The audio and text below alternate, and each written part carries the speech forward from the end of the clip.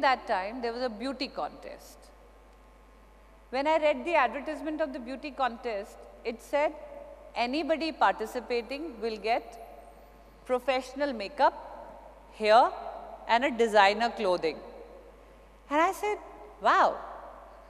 I mean, हमारे time में इतना होता नहीं था. I said, wow, I'll get that professional makeup, a designer cloth. I said, चलो दीपा participate करते हैं. Makeup कराएंगे, बाल शाल set कराएंगे. We'll wear that designer clothing and get that perfect photograph for a lifetime. That was my aim of getting into that competition. But again, we restrict ourselves, we restrict our thinking, we restrict our progress by stereotypical thinking.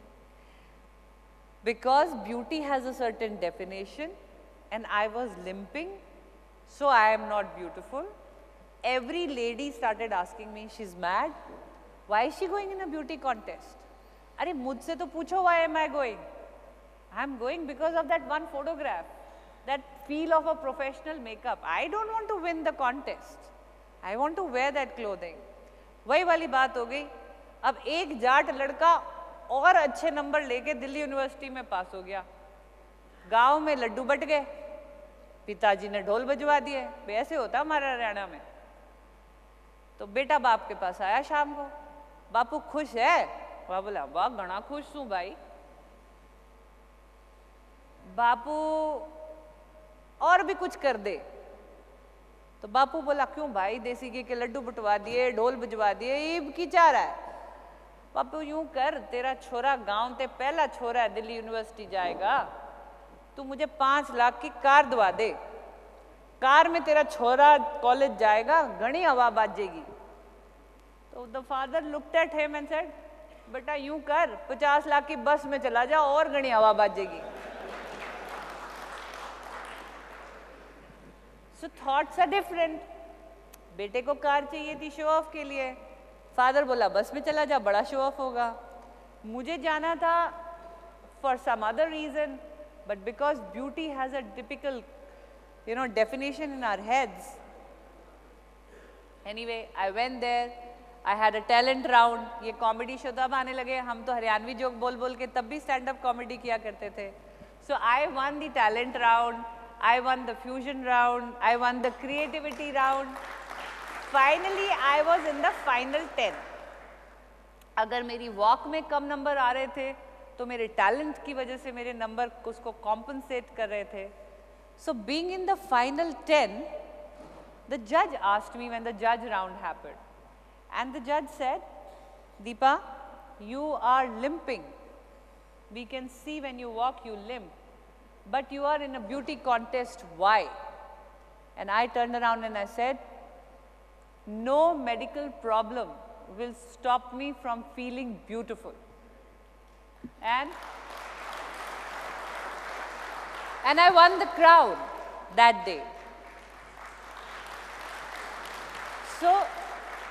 So many times we hinder our progress ourselves by limiting ourselves due to a stereotypical thought process. We do not raise our bar. We do not think beyond the regular. And that is where, that's the difference between a winner and a non-winner. You have to take those risks.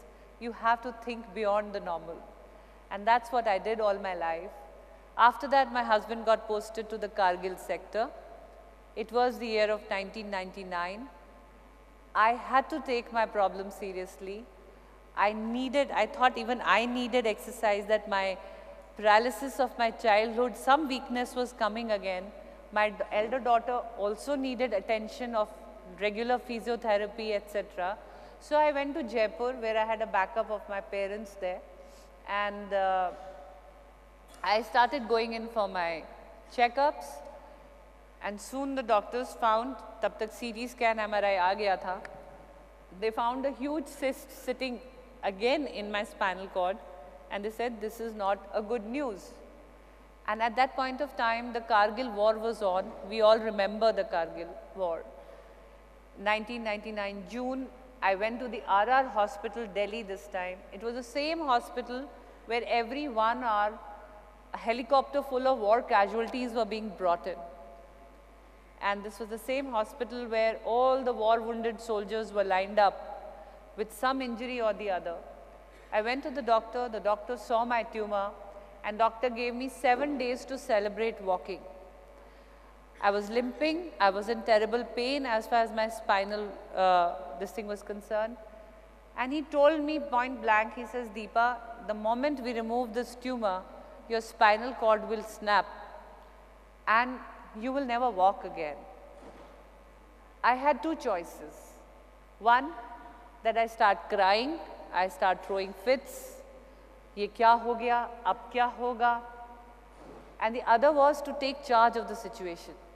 I had no way to connect to my husband. He was in the war. He was not coming home. How he was, where he was, not known. All the communications were cut. So I came back, but before coming back, I learned my problem. I sat down with the doctors.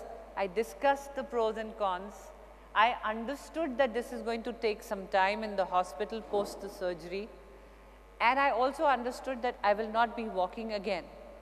So when I came back to Jaipur, I created makeshift ramps in the house. I packed off all the expensive clothes. I picked up all the breakable decoration items because children were still small. I made the house as accident-free as possible. I learned that I needed a water bed, the gel bed, the ones which paralyzed people use. I altered some things in the bathroom so that the wheelchair person could go in.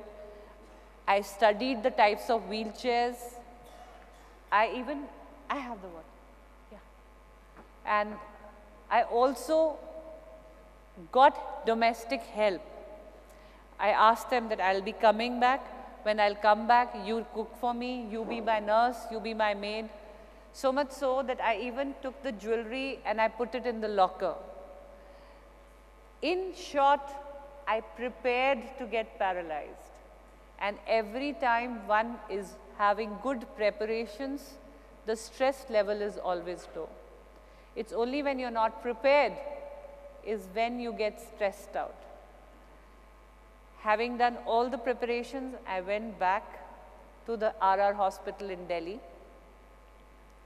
And when I was there and I was being prepared for the surgery, they were putting me on a stretcher and taking me. So I requested the doctor, I said, can I walk to the theater?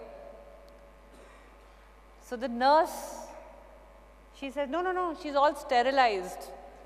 Abhi fir se chalenge to kaise hoga and all. But I put my foot down and I said, no, I will never walk again, so can I walk for the last time? And I'm telling you, when I took those steps, when I walked, the operation theater in RR hospital was on the 3rd floor. I did not take the elevator that day. I took the steps. And I was going the steps and I was looking at young people trying to get inside the elevator. And I said, they don't even appreciate they have legs. We don't appreciate our little blessings. We never count our blessings. We forget to count our blessings. That is why we are mostly unhappy or not feeling satisfied. What I say to you is start counting your blessings. Those steps that I took is when I realized something which I took so much for granted has now going to become a luxury for me. And as I was walking and I went up, the doctor asked me, Deepa, any thoughts?